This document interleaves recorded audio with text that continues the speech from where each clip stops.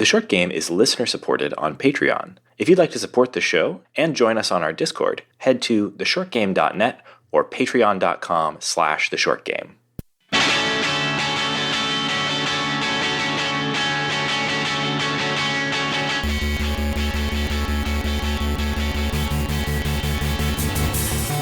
Welcome back to The Short Game. This is a show about short video games, games that respect your time. I am Raygan Kelly, and I'm joined by my very cool co-hosts. Laura Nash. Nate Heininger. And this week we are doing something we haven't done in a while. If you've been a long-time listener to this show, you might remember that we used to make a habit of doing music episodes every now and then. And just sort of talking about game music that we enjoyed. And we haven't done one in quite a while, and it just seemed like the right time. And so we are doing it again. We're bringing it back. And so we were going to each talk about a few game music tracks that we have enjoyed over, in this case, I guess the last couple of years, because we haven't done one of these in so long. And we have a couple of listener picks as well. And so we're just going to play some selections and talk about what we like about them. And so without any further ado, I think Nate is going first. Yeah, absolutely. These, even though we haven't done one for a long time, this is one of my favorite topics. Video game music video game music is only getting better and better with each of these indie games. And I also listen to it all the time outside of playing video games. It's like my chief thing that I listen to while at work. So I'm talking about video game music all the time with people. So it's good to get to do it again on the podcast. So I couldn't not pick this song as my first one for the episode. The game came out last year, Cadence of Hyrule. We did it for the show. Obviously, we talked on that show about the music. It was great, but had to put something from that game in this episode. In my opinion, yeah, there's a ton of great stuff. So Danny Baranowski is the composer, and he's phenomenal. Has done the music for the Crypt of the Necromancer games and other things. And I already love Zelda music, so this was like a match made in heaven. And pretty much everything on that game is fantastic. But the one that I think is the best is called Gleeokenspiel. And the real bummer about this is that I think it's the best song in the game. However, it's the easiest boss in the game, too. So you really only hear it for like 15 or 20 seconds, probably, in the game. You know, maybe a minute or so, but you're either dead really fast, so it starts over, or you beat him really fast, so it's over. So you don't really get to hear it. So, happy to play it on this episode. We're going to listen to it, a little bit of it right now.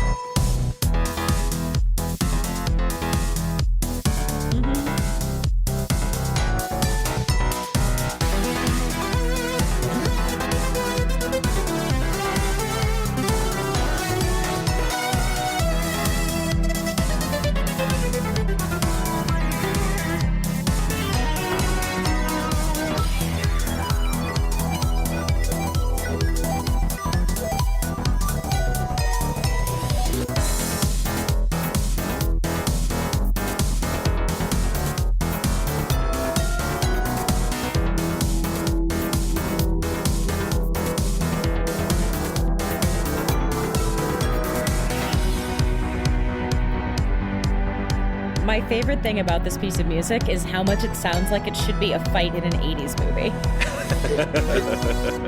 I can see it. Yeah, I don't know the exact words for it, but the way the synth like slides down and feels like it's like you're like skirting on the edge, you know, you're like Tokyo drifting around something. Yeah, like that risky business slide into the living room move. Yeah, but with a synthesizer. It's so good. And no joke, one night, a couple months ago, Molly and I put that on like playing through our TV speakers, and there's some hero has made a YouTube video that is that song for like a long time. Oh no. And I think we sat and listened to this song for like 40 minutes straight. That's one of the wonderful things about video game music is like, maybe you don't always want this, but sometimes you want to loop one kick-ass song endlessly for 45 minutes, and video game music generally allows for that. Yeah, it's wonderful. Unfortunately, the song isn't on Spotify. The whole soundtrack is not. Hopefully, it will be at some point. Yeah, a lot of Nintendo music is not. I don't think they've really gotten to the point where they've started doing much of that yet. Although you can find a ton of great video game music on Spotify. Spotify is my personal, music streaming service of choice. I will try to put a couple of.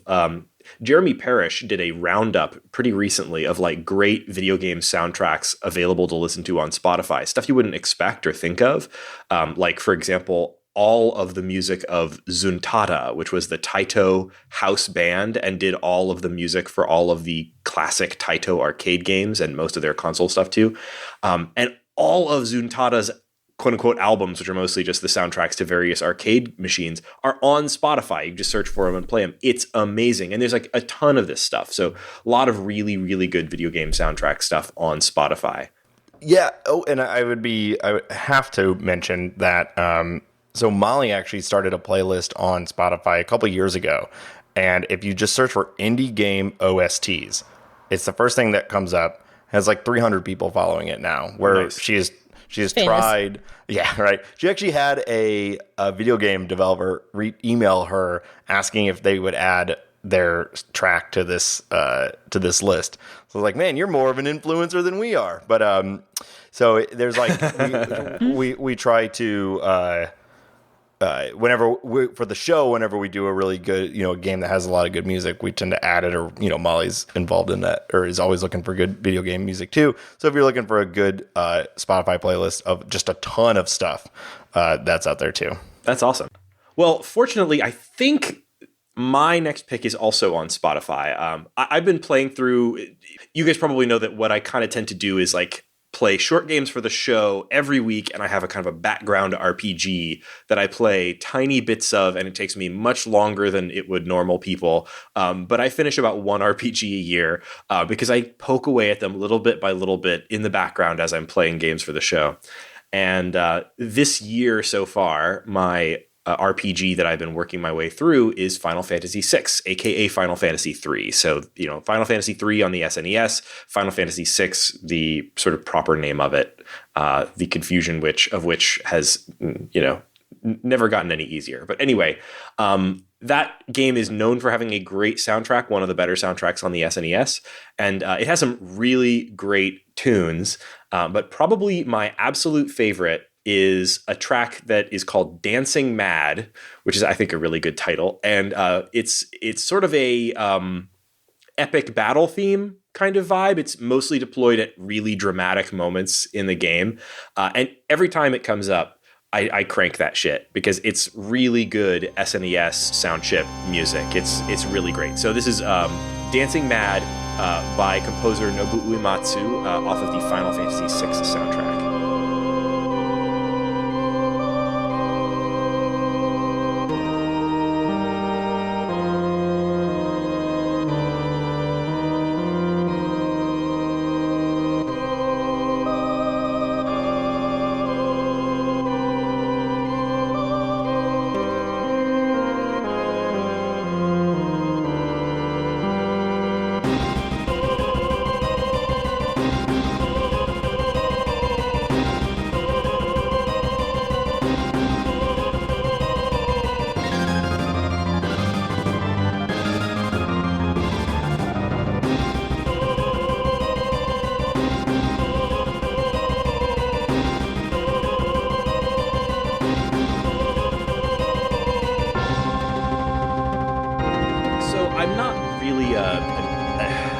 I'm not really an expert on SNES music. I know it's epic when I hear it, and this was an epic track. But something that's been sort of surprising to me about Final Fantasy VI is how central music is to the game. Obviously, it's got a great soundtrack, and it does a lot of the sort of thing that some of these better SNES games do with like leitmotifs for different characters and so on, which is always super fun. You'll hear like a little jaunty tune that represents a particular character, maybe even before they appear, and that's great. Something that stuck out to me as pretty cool about Final Fantasy VI that I wasn't expecting was I'd heard for years that this was a game that features an opera. People always talk about the opera scene from Final Fantasy VI. but I didn't know that Final Fantasy VI, when they talk about the opera scene, they're talking about an actual opera that your characters perform in during the course of the game. You go to an opera house and your characters are trying to lay a trap for another character to try and get this person to essentially join their party, but they need to trap him, and they do this by performing in an opera. And when you perform the opera, you have to look at like lyrics before the performance. You read through them, then you go up on stage, and the game quizzes you on those lyrics as you're performing. And the lyrics are like perfectly timed to the music, and it's really an unusual and cool sequence for an SNES game. Like I was very impressed by it. And I'm not surprised that people still talk about that opera sequence years later. It's this very different little moment in the game where you have to learn the lyrics of a little miniature one scene opera and then go up and perform it in order to successfully continue in the game. If you don't do well in the opera, then you get kicked out of the opera house and you have to try it again. So I don't know. I really recommend Final Fantasy VI. I know I'm like 30 years late to the party, guys, but hey, it's a good game. Yeah, I'm just always impressed when composers being able to create music like this from the hardware that they had available at that time. Mm-hmm. It's truly impressive. Yeah, it's really well done. This game is famous for its music for a good reason. So I have chosen a song that is not quite as epic, but to me is extremely memorable. It's from Braid. It's the track Downstream by Shira Kamen. Braid's an interesting piece because it's taking all these kind of folk-inspired songs and putting them together into a soundtrack. This one actually apparently is a bit by... it's 3 different tunes together. Downstream is by Shira Kamen, but then later on in the piece you hear a piece from a Gaelic group, and then you hear this French bagpiper play. Like, it's just this huge mashup of folk tunes, but it feels really calming and soothing. I think I'm a sucker for any kind of fiddle, and this one's beautiful.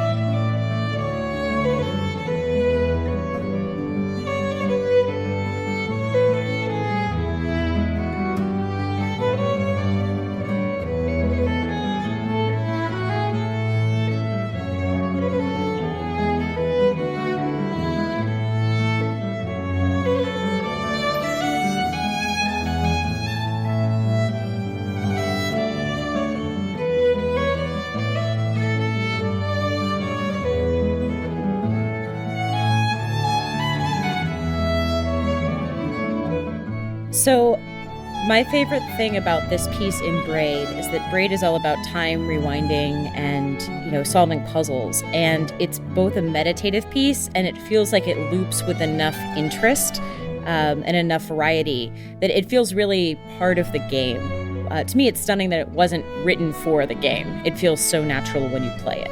Yeah, this and what I think a lot of indie games are doing now really, really successfully is using not video game music to set a tone for their game.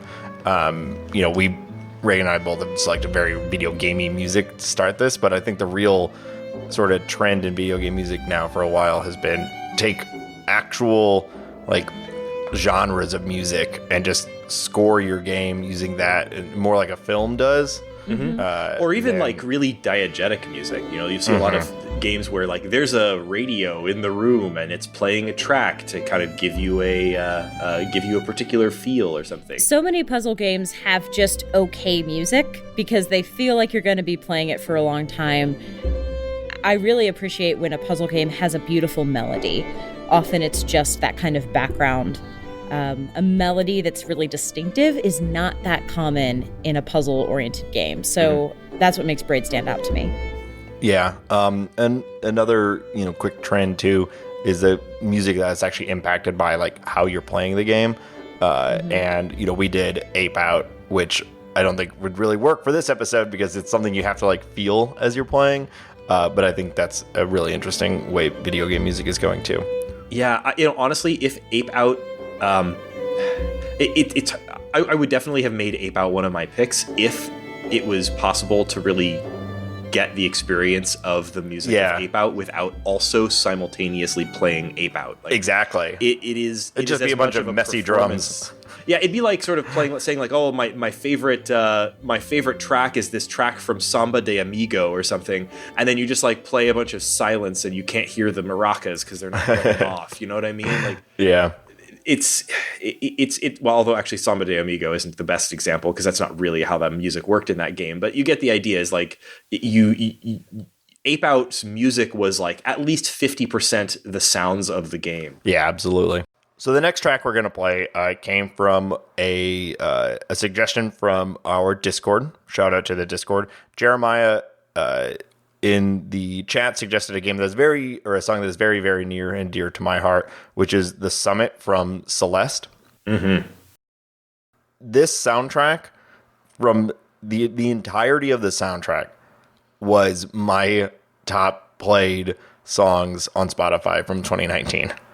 So it went the entire album of Celeste, and then it went to, like all of the other You could have things. saved money, man. Just cancel your Spotify subscription and buy one album. I know, right? I did buy this on vinyl, so I have that, and we play it through the house sometimes, which is great. So this whole soundtrack, this became, I talked about listening to video game music at work. This was like for the entirety of 2019. Like if I need to get something done and feel great about it at the end and feel self-satisfied and that I've overcome my internal demons and made it to the top of that mountain. Surmounted the mountain of paperwork. It's specifically the opening track on my doing awesome things but need to get work done playlist. Yeah, exactly. So you could really play anything from this soundtrack and be happy with it. So we're going to play a track called Reach for the Summit. This soundtrack was made entirely by Lena Raine, who is fantastic.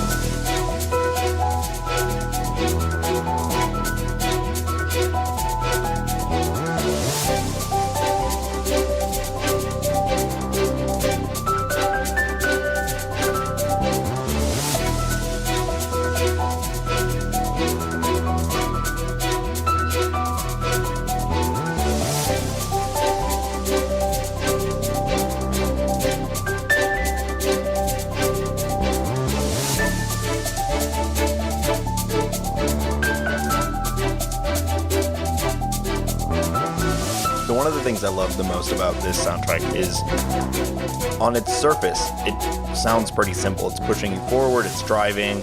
It usually does have some sort of like melody that's on the top, but every time I listen to it, and again, this is now hundreds, I feel like I'm hearing something new, some little drum beat that's in the background that I didn't hear before, some filter that's on the synthesizer that I didn't really recognize before, something that is making it so densely packed while easily listenable and enjoyable.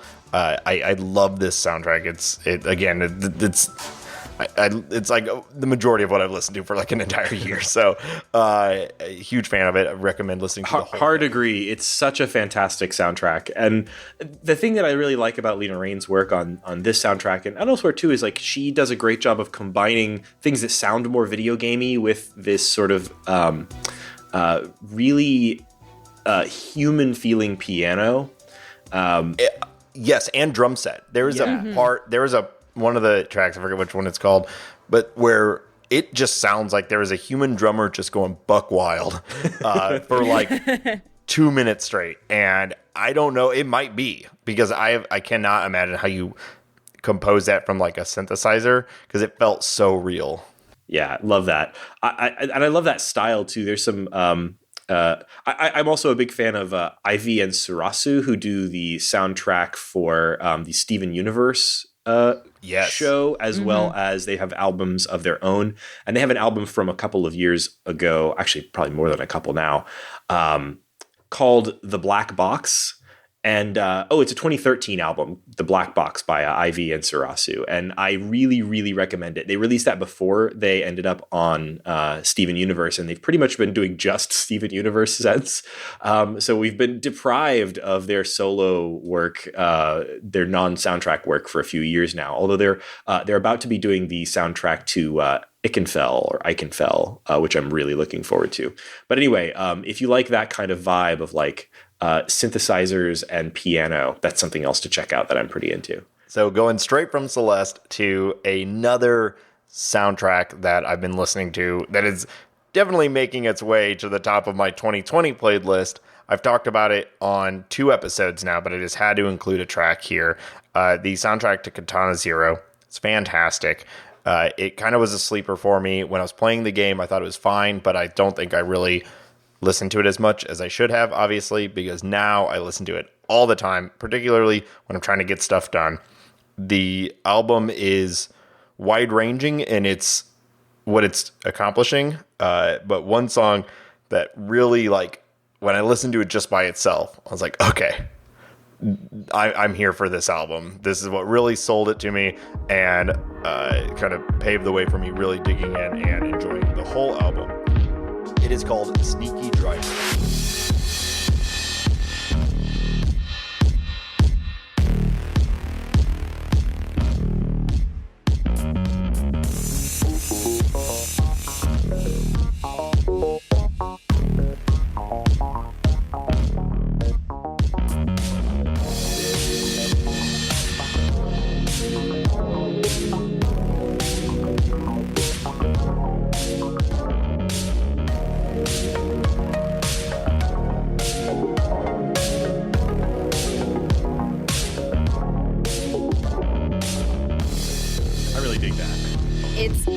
So vibey. And you're right, Nate, like I didn't really think about the soundtrack while I was playing the game that much. I think that something about the frantic, absolutely the really actiony nature of the game kind of made me not spend a lot of time thinking about it apart from its sort of gameplay.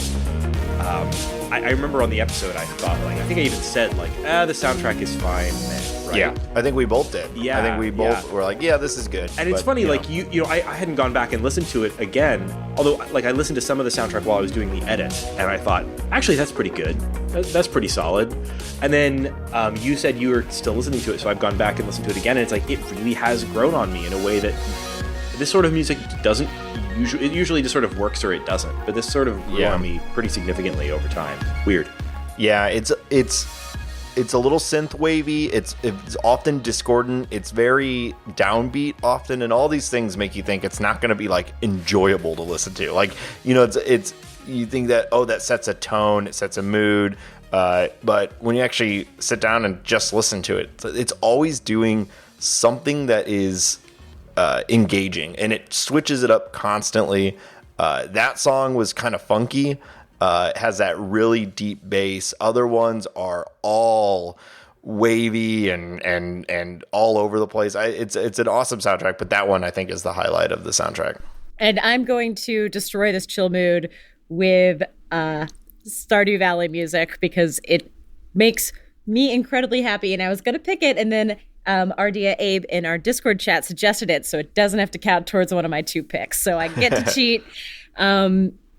Stardew Valley music is by Concerned Ape, who is doing so many things on Stardew Valley. You would think it wouldn't also be a great piece of music, but you're wrong. Stardew Valley is joy-inducing and happy. And one of the best things about it is you have seasons. It's a farming game, and each season opens with a new background track for every day of the season. So you hear the music a lot. Both of them, Spring, The Valley Comes Alive, opens up with this beautiful, like, the world is waking up music. But I want to pick the track Summer, parentheses, Nature's Crescendo, because it feels like it is warm outside and you need to get out and maybe pull up some vegetables.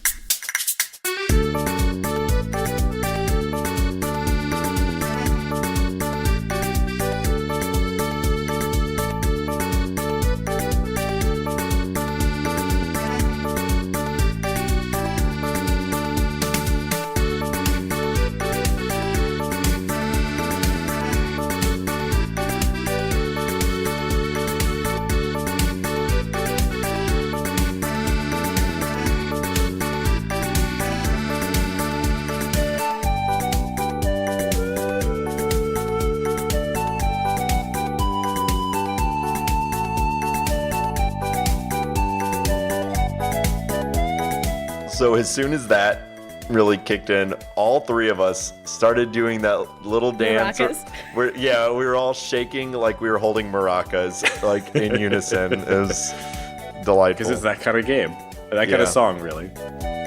And it has a lot of movement to it. It loops and repeats a lot, but there's a lot of variety in the track.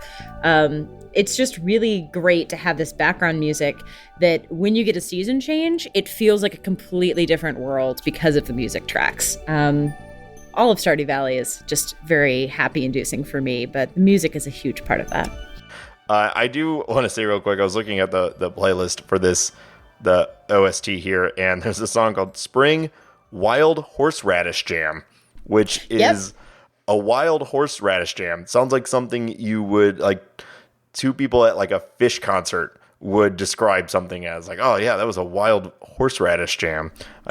You make so many pieces of music are only played when you do special things. All of the characters have their own little themes that are only unlocked during their memories. There are things that happen if you go into the desert at a certain time of day, or if you get to a certain level in the mines. So it's my husband Dustin actually even has a playlist that's so careful because he doesn't want to include any tracks that he hasn't gotten to in the game yet. And he's probably like 60, 70 hours in, but he is very careful about curating it so he's not spoiling the future soundtrack pieces. It's just got a tremendous number of tracks. I'm wondering what you have to do to uncover the marimba of frozen bones. Oh no. I do not know. There's 70 songs on this playlist, and they all have some great names. So the next track I wanted to play, I'll go ahead and be my predictable self and say that probably my number one use of music in a video game of the last year, at least, is the music of Outer Wilds, and that's a bit surprising given that it's not a game with like a really present soundtrack. You know, there is a pretty significant amount of music in the game, but it's not something where you're hearing music constantly. But I don't think I'm going to be spoiling too much by saying the track I picked here is called Outer Wilds, and it's sort of the theme of the game. Obviously, it's the title track, but the way that it's a good song. But I think what's really important about it is the way that it's deployed is absolute genius. And so I hope I'm not spoiling too much here to say that the way that you're as part of the game, you're exploring your tiny solar system, and you are finding other astronauts who are part of your same astronaut organization called Outer Wilds. And there's one of you hanging out on each of the planets, and you have a little scope that you can point up into the night sky. And if you point it at something at a place where one of your compatriots is, they're up there in the sky playing their instrument. Each member of the Outer Wilds astronaut thing has their own instrument that they play, and you can kind of hear them playing by themselves, chilling out by a campfire on each of the little planets in space. But if you and hearing each of them individually is its own little song, but sort of becomes obvious pretty early on that these all are part of one big song. And it's a really great, I won't explain why, but the really great emotional moment late in the game where those songs all come together.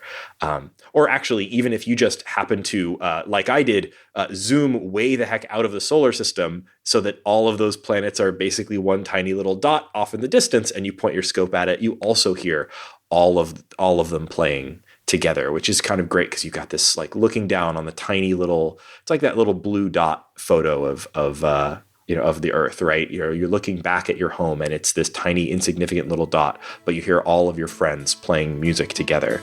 And so this is the Outer Wilds, just the song Outer Wilds from the Outer Wilds soundtrack. And I think it's a really, really lovely piece of music used absolutely impeccably.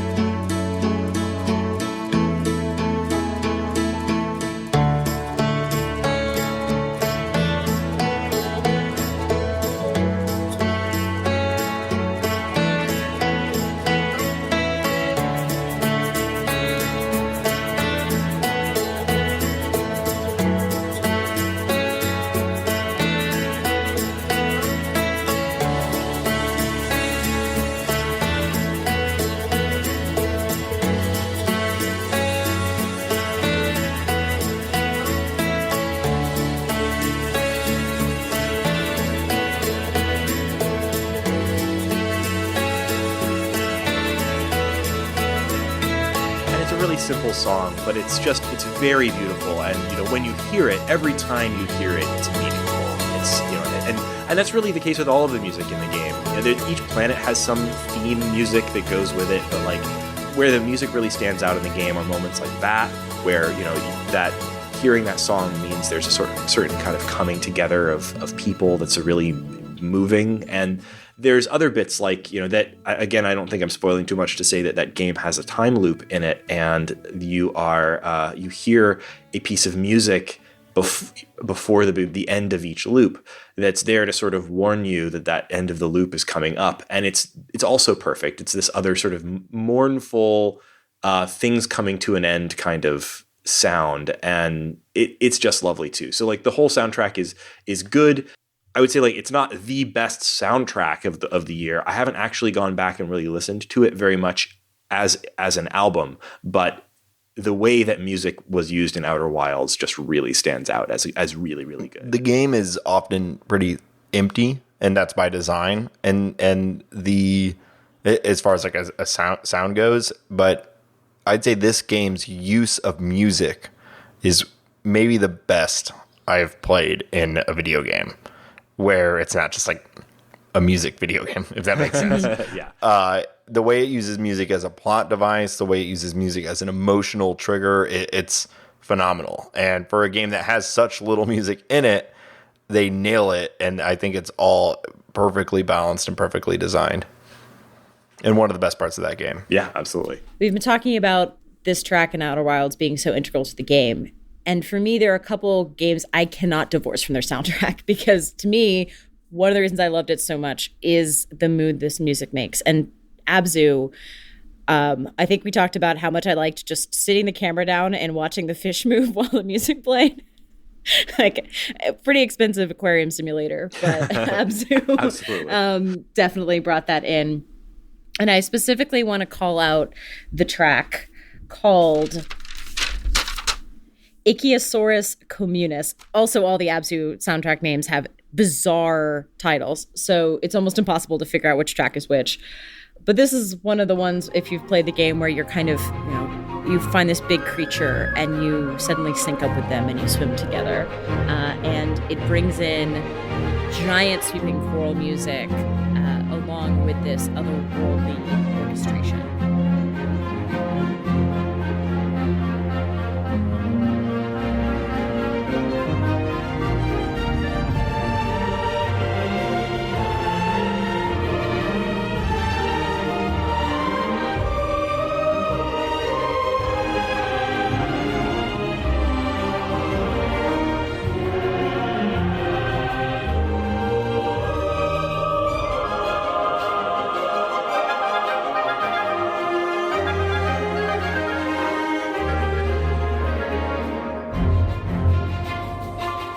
It was so hard for me to pick a snippet from this soundtrack because all of the songs are about 11 minutes long and have so much movement and so much change in them that it's almost impossible to just choose a snippet. But it's sweeping and it's really sublime. It just takes me to another place. Yeah, that's wonderful. And kind of what I was talking about earlier too, like that's straight up like great classical music, right? Which is really good music. And it's in this video game.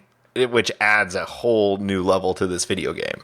But and I know people go crazy over Austin Wintory's Journey soundtrack, but to me, this one is really just, it's so much more extra. So I gotta love it more.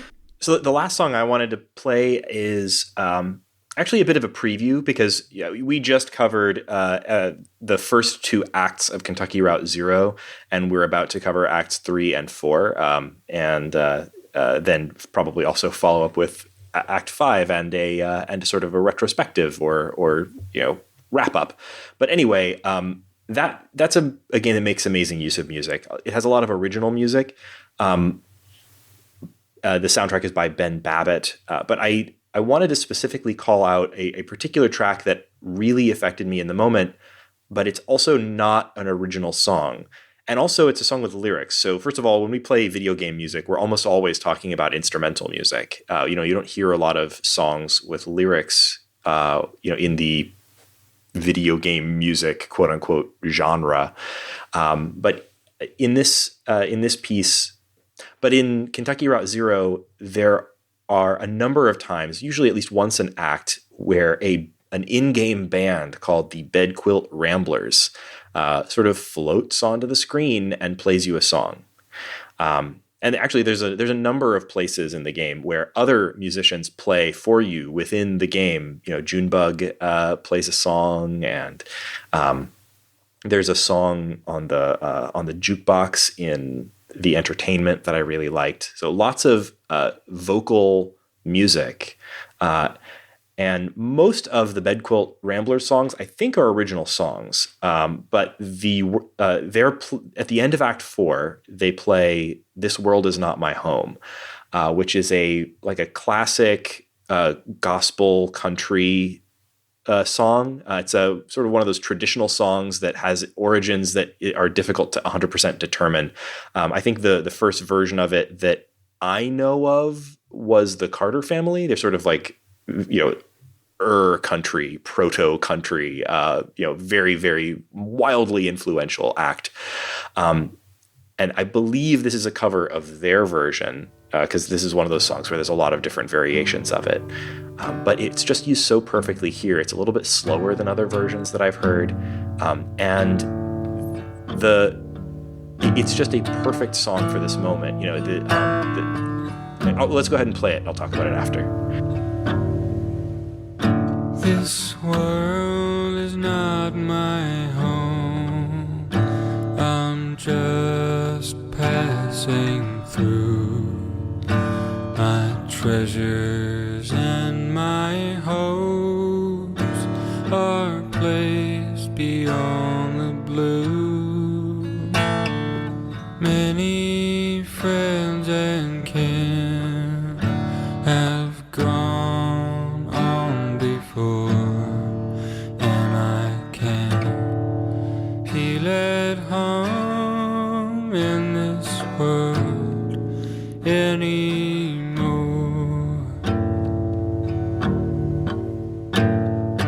Oh Lord, you know I have no friend like you. So the thing I love about this song, it expresses two sort of, vibes that work really perfectly with Kentucky Route Zero. The whole idea of this world is not my home being about being estranged from the world and people around you, but also sort of yearning for, in the lyrics of the song, it's very explicitly about yearning to be with people that you've lost who've gone on to heaven. But it sort of has this sort of dual meaning of like estrangement in a strange place, which is very Kentucky Route Zero. And also like longing to move on to somewhere else, right? And it's just such a beautiful song. And this is a really, really good performance of it. And it comes at a moment where in the game, you've been traveling at this point in this game for 4 acts, right? For hours of the game, for, in the case of this game, in a way for years and years because of how long this game took to come out. And it just has this sort of sad, longing to finally find a place to stop, right?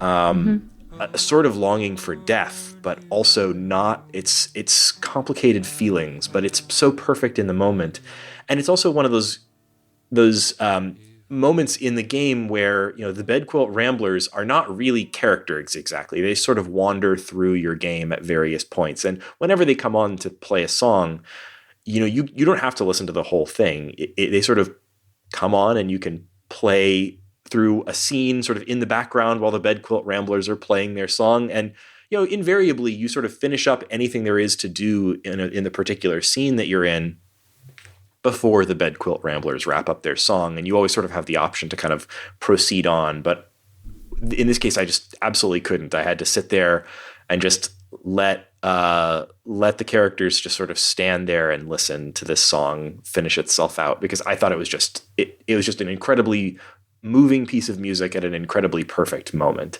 So we'll be talking more about this in our episode coming up on the remainder of Kentucky Route Zero. But this has a great soundtrack, guys. Yeah, that's awesome. And I just can't get it out of my head imagining it. You know, you're sitting there with your headphones on and someone's like, "Hey, what are you listening to?" And you're like, "Oh, video game music." And they're like, "Oh, hey, let me listen." And it's that. And it's just this beautiful down home. Yeah.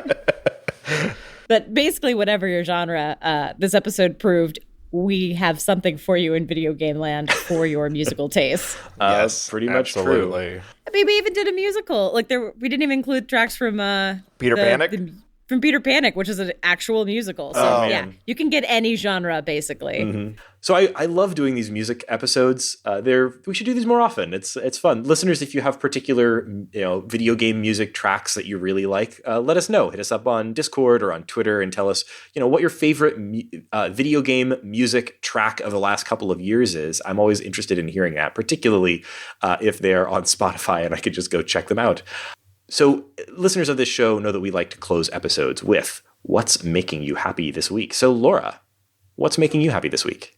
I've mentioned this before, but Justin and I are watching through Star Trek, and we have just gotten to the end of season 3 in the 2-parter, which is a pretty famous one. But what's been really fun about watching the show evolve and watching it in the year of our Lord 2020 while Picard is coming out is sometimes when you catch up on old culture, it suddenly becomes relevant again. And it's been really fun to be watching old episodes and hearing people talking about it now. I've been watching kind of a bunch of older stuff from like 2000. Like I've been trying to track down like Moonlighting. Like to me, I feel like there's a lot of TV that was really good that got lost. Star Trek is not in danger of being lost by any means, but it's been really, really fun to watch it as Picard is coming out. I'm not watching Picard because I'm not going to, I don't want to deal with people, grieving characters that I am still enjoying very much, but I love getting the jokes now. I love kind of having this access to this culture I've never had before. So, my endorsement isn't just of Star Trek. It's basically an endorsement of watching old TV instead of the new hotness. Like, it feels great not feeling like I have to catch up with stuff right now. Like not being current is wonderful. I have been talking about Star Trek on this podcast for like 3 years because I'm at the end of Voyager now though. I'm in season 7 of Voyager. So I know exactly what you're saying, Laura. I mean, so many shows. I love watching shows as they're active and on, but I feel like in the pressure to watch the thing that just came out, sometimes you forget that you can just watch at your own pace and watch something that's 20, 30 years old and be just as happy. Laura, did we just start a Star Trek podcast? Sure. Well, then she's just not doing it at her own pace anymore. Now she's got to do it on podcast pace. Yeah. Yeah, that's a good point. I watched 3 episodes of Voyager the other night. I don't know how I would have podcasted that. Yeah, but I got a lot to say about it, and that's the problem. I have no one to talk to about these things, except for every once in a while. That is the one downside of old shows. Yeah. But it's fun to just, turn to your partner and be like, hey, maybe instead of watching, the latest episode of Brooklyn Nine-Nine, we can go back and watch an old sitcom that neither of us ever watched. We can watch Cheers. Yeah. Why? You know? I want to talk to. Why is the Doctor and 7 of 9 all of a sudden singing in every episode? Whose decision was that? I'm rewatching Fringe, and they just did their musical episode, and I was That's like, great. everyone who wants to talk to me about Brown Betty on Fringe. Everyone who has rewatching old TV TV is my opinions, go endorsement. at Laura and Nate on Twitter or find us on What Discord. old shows I should watch? For me, it's Because just I'm more Star excited Trek. about that than anything new right now. Totally. Well, slightly different from catching up on old shows, I have been absolutely enchanted by a new show. I don't give a lot of anime recommendations on this podcast because I tend to just be the only person talking and everyone else is rolling their eyes. But every now and then something comes along that I'm just so enchanted by that I have to talk about it somewhere. And so, dear listener, you're going to be subjected to it, but I want to tell you about the brand new anime that's currently airing on Crunchyroll, and also I'm sure other places. Keep Your Hands Off Eizouken. So first of all, weird title. Anime over the last few years has been the trend in titling for anime has been getting worse and worse and worse. All of the titles just become these like extended run-on sentences instead of titles like That Time I Got Killed and Was Reincarnated as a Slime and shit like that. I don't like this. But anyway, Keep Your Hands Off Eizouken. Eizouken is a Japanese word meaning film studies. But the title is kind of a mismatch for what the show is about. It is a sort of over the top, very funny, but also really warm comedy about 3 high school girls making anime. And it's kind of like, you might think like I did at first, oh, an anime about making anime, that sounds really up its own butt. But it's so not. It's so much better than I expected. It's directed by Masaki Yusa, who is one of the greatest anime directors out there right now. He's absolutely fantastic. He's I've probably already talked on this podcast about how much I loved the sort of wild, over-the-top insanity of Devilman Crybaby. That was another thing of his, and he's done a number of movies as well.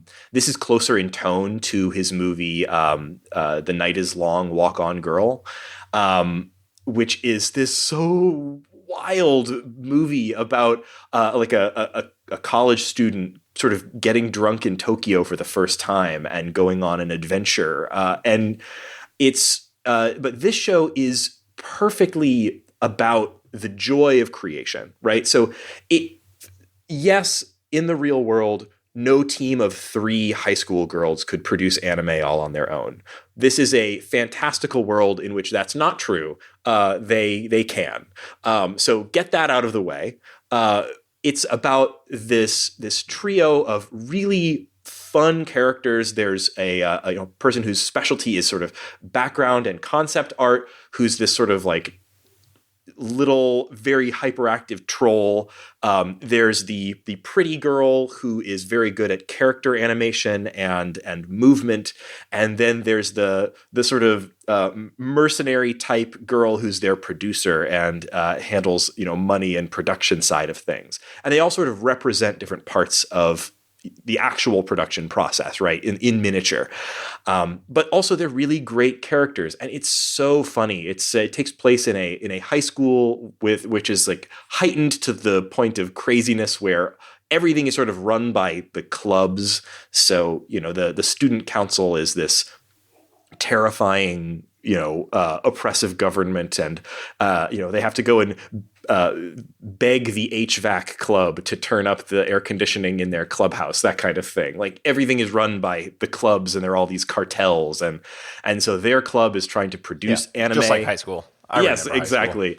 And it's just about like it teaches you a surprising amount about actual anime production, while also totally not being about the way anime is actually produced, because here it's being shown as, here's how 3 high school students would do it.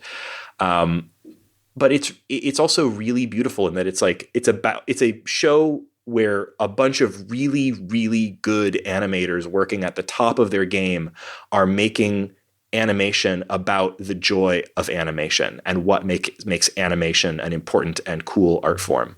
And it's very inspiring and very fun. And it's also extremely funny. So I cannot recommend this show enough. It's beautiful. And also it has a wonderful soundtrack.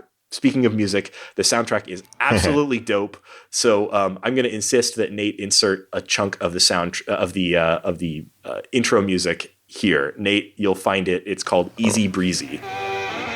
Okay.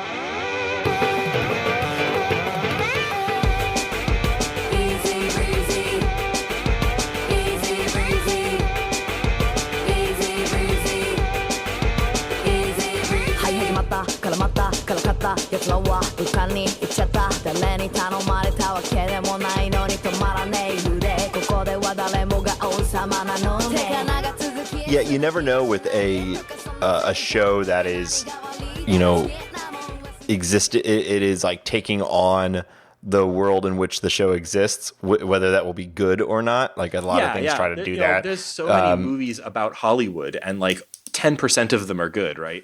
Or like, one of my favorite TV shows, Community, does a great job of sort of like taking on the like sitcom tropes, and it does it really, really well. But if it doesn't, it just becomes hacky and I don't know, just bad, right? So I'm glad to hear that they've handled this well. It's easily the best anime of the season. It might be the best anime I've watched in years. And I've only seen the first 8 episodes. It's still airing. So, cool. Highly recommended. Well, on the opposite of anime, the thing that's making me happy is that right now it's 70 degrees outside and it is gorgeous. So I've been getting to go outside a little bit more. It's been, coming out of winter. It's just such a nice time of the year here in the Midwest. So that's what's making me happy. Nice and simple. Weather. Weather. Gotta love it. Yep. Well, thank you, listeners, for sticking with us for this episode of The Short Game. We'll be back again soon, I think immediately with some more coverage of Kentucky Route Zero, as we had mentioned earlier. And then, who knows, let us know what you are interested in hearing about on the show. If you have a game suggestion, you can get in touch with us on the web at www.theshortgame.net. We've got a contact form there, or you can get in touch with us on Twitter @_shortgame. Or, of course, you can reach out to us on Discord.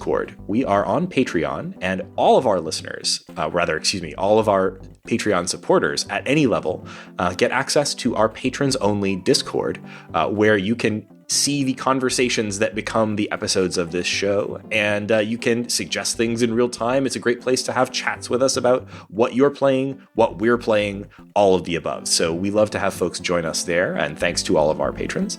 And of course, you can find me on the internet at Raygan K on Twitter. That's RayGanK. Laura, where can people find you? You can find me on Twitter at Laura J. Nash. And Nate, where can people find you? On Twitter at NateSTL. And thank you for listening to The Short Game.